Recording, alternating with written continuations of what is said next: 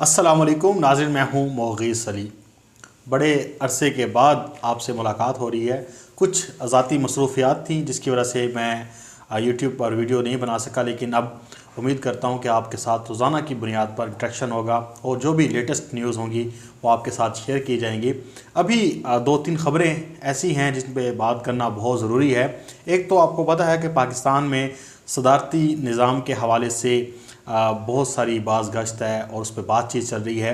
ये क्यों है इसके ऊपर भी बात करेंगे, लेकिन साथ में ही सानिया मरी के हवाले से बात करेंगे और बुशरा बीबी जो आपको पता है कि वज़ीर-ए-आज़म इमरान खान साहब की अहलिया हैं, उनके ऊपर जो इल्ज़ामात लगते रहे उनको सियासत में घसीट कर लाया गया, उसके ऊपर भी बात करेंगे। लेकिन पहले बात कर लेते हैं सानिया मरी के हवाले से, क्योंकि आपको पता है कि सानिया मरी बड़ा ही एक अलमनाक सानिया था पाकिस्तान की तारीख़ का, मरी की तारीख़ का, और उसके ऊपर बहुत से लोग एक्सपर्ट बने हुए थे और हुकूमत को भी कोस रहे थे। ज़ाहिर बात है एक फेलियर था गवर्नमेंट का, इंतज़ामिया का, लेकिन उस्मान बुज़दार ने इसके ऊपर एक इंक्वायरी बिठाई थी।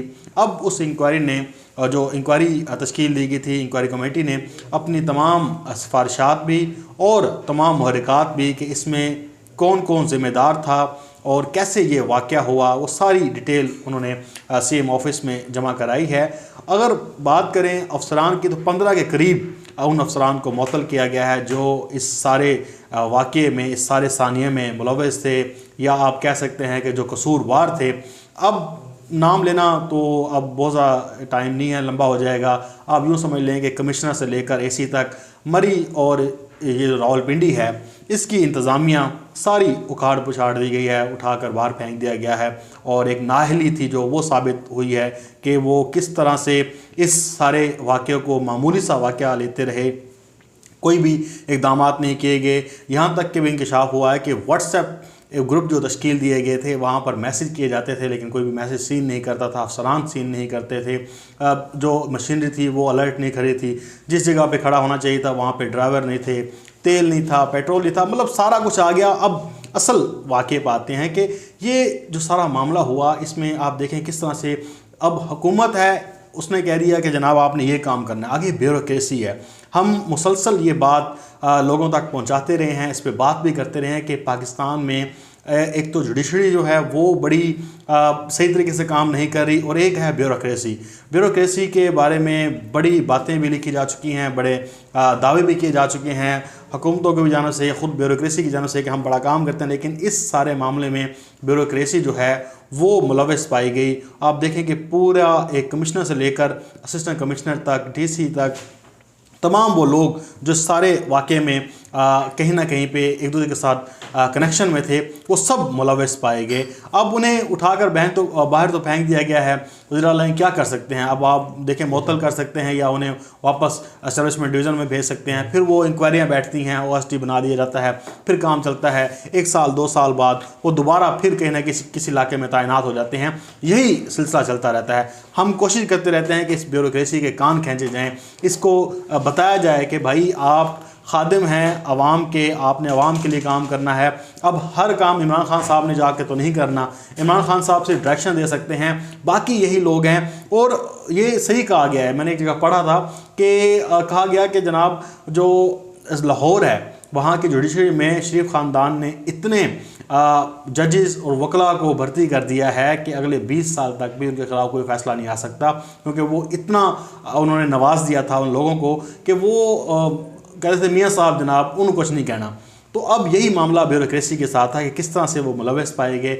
अब सारा कुछ हो गया, देखते हैं आगे क्या होता है। लेकिन एक इस वाक़े से हमें सबक सीखना चाहिए और ब्यूरोक्रेसी को भी देखना चाहिए कि वो आवाम के खादिम हैं, पैसे ले रहे हैं, तनख्वाहें ले रहे हैं, लेकिन वो कर क्या रहे हैं। अब आ जाते हैं बुशरा बीबी के हवाले से। आपने देखा होगा, मैं उस सुप्रीम कोर्ट में FIA की जमा कराई गई रिपोर्ट्स या उसके ऊपर नहीं जाऊंगा। मैं डायरेक्ट आपको बताऊंगा कि ये मामलात हम काफ़ी दफ़ा उठा भी चुके हैं कि जो इमरान खान साहब की अहलिया हैं, वो इमरान खान साहब ख़ुद भी कई बार कह चुके हैं कि मैं सियासत में हूँ, मुझे आप तनकीद का निशाना बनाएं, लेकिन आप मेरी अहलिया को ना घसीटें, क्योंकि उसका सियासत से लेना देना नहीं है। मरीम नवाज़ पर तनकीद इसलिए की जाती है, अब सबको पता है कि उसकी एक वजह है ख़ास कि वो सियासत में हैं, वो तनकीद करती भी हैं और उनके ऊपर सियासतदान वापस उनको तनकीद का जवाब देते भी हैं, इसलिए उनको आपको पता है कि तनकीद का निशाना बनाया जाता है। लेकिन बुशरा बीबी एक ऐसी शख्सियत हैं जो तमाम तर इस सारे सूरत हाल से दूर दूर तक उनका कोई ताल्लुक़ नहीं है, लेकिन मुसलसल उनके ख़िलाफ़ कैंपेन चलाई गई, जादू टोने का जिक्र किया गया।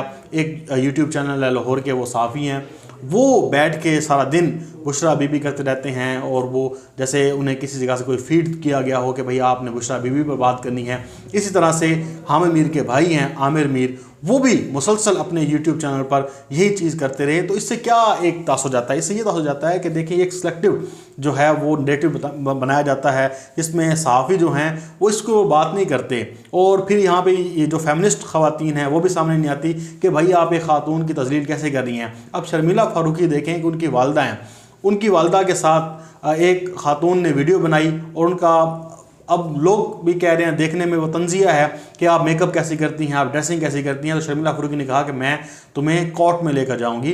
तो इससे क्या मुराद ली जाती है कि लोग कितने कॉन्शियस होते हैं, कितने अपने रिश्तों के मामले में हसास होते हैं, लेकिन इमरान खान साहब ने फिर भी कोई कार्रवाई नहीं की। अगर कार्रवाई होती है तो फिर ये 36 का टोला या 17 सहाफ़ियों का टोला आप कह सकते हैं कि लट लेके पीछे पड़ जाता है और कहता है कि जनाब आपने ख़वातीन के साथ तो ये कर दिया, जुल्म हो गया, या सहाफ़ियों के साथ ये कर दिया। लेकिन ये देखें इज़हार आज़ादी राय के ऊपर किस तरह से किस तरह उसका मिसयूज़ किया जाता है, किस तरह उसको इस्तेमाल किया जाता है, ये सब आपके सामने आ गया। ये पूरी रिपोर्ट है जिसमें एक एक लिंक शेयर किया गया, एक एक बात दर्ज थी कि किस तरह से कितनी बार बुशरा बीबी का नाम लिया गया, किस तरह से उनके ख़िलाफ़ जो मंतक भी नहीं जिसके ऊपर पहुँचती वो भी बातें की गई।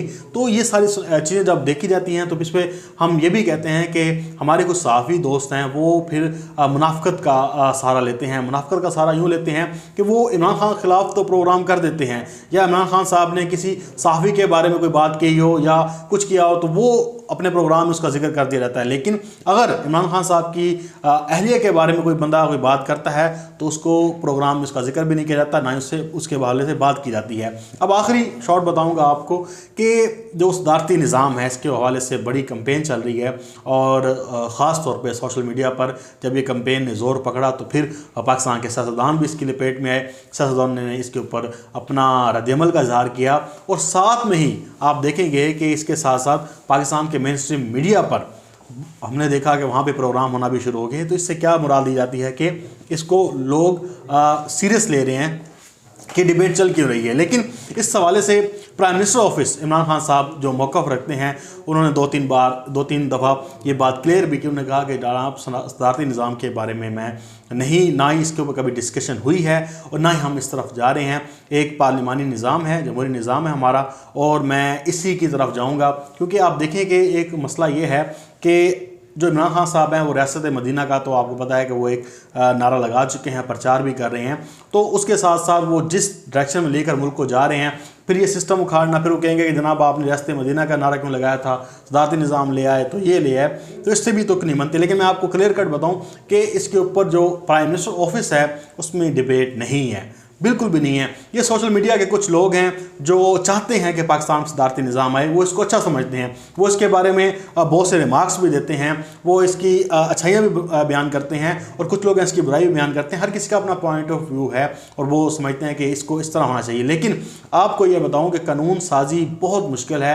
कानून साजी जब होगी फिर जाके सदारती निज़ाम आ सकता है, और ये पार्लिमान ही कर सकता है, इसके अलावा मुमकिन नहीं है। सिवाय ये एक पाकिस्तान में इस वक्त आप यूँ समझ लें कि दीवाने का ख्वाब देखने के मुतरादिफ है। अभी फ़िलहाल दूर दूर तक पाकिस्तान में ना सदारती निज़ाम आ सकता है, ना ही प्राइम मिनिस्टर ऑफिस, ना ही इमरान खान साहब इसके ऊपर मुत्तफ़िक हैं, ना ही वो इसके ऊपर डिबेट करना चाहते हैं, और ना ही इसके ऊपर वो कोई सोच विचार कर रहे हैं कि जनाब जाना चाहिए। ये सिर्फ चंद दोस्त जो हैं जो सोशल मीडिया इस्तेमाल करते हैं, उनकी दिली ख्वाहिश हो सकती है, वो इसको चाहते हैं कि पाकिस्तान में अगर सदारती निज़ाम आ जाए तो ये हो सकता है। लेकिन ये भी निज़ाम सही है पार्लियामेंट, लेकिन इस सिस्टम को सही करना चाहिए। किताब हर अच्छी होती है, उसका इस्तेमाल जो होता है वो आप सही गलत कर सकते हैं। अब मोबाइल है वो भी आप सही गलत इस्तेमाल कर सकते हैं। तो सिस्टम बना हुआ है, लेकिन उस सिस्टम में मसले बहुत सारे हैं, उसको हल करने के लिए एक लंबा हमें देखना चाहिए। अभी ऐसे नहीं है कि इमरान खान साहब छड़ी घुमाएंगे और तब्दीली आ जाएगी, सारा मामला उल्ट पुलट हो जाएगा। नहीं, ये एक रास्ता है, इस रास्ते पे हम चल पड़े हैं। इमरान खान साहब की क़यादत में उम्मीद है कि हम वो मंजिल पा लेंगे जिसकी हम सबको तवक्को भी है और हम सब इसकी ख्वाहिश भी रखते हैं। अपना बहुत सारा ख्याल रखिएगा, मुझे अपने दुआओं में याद रखिएगा। अल्लाह हाफ़िज़। पाकिस्तान जिंदाबाद।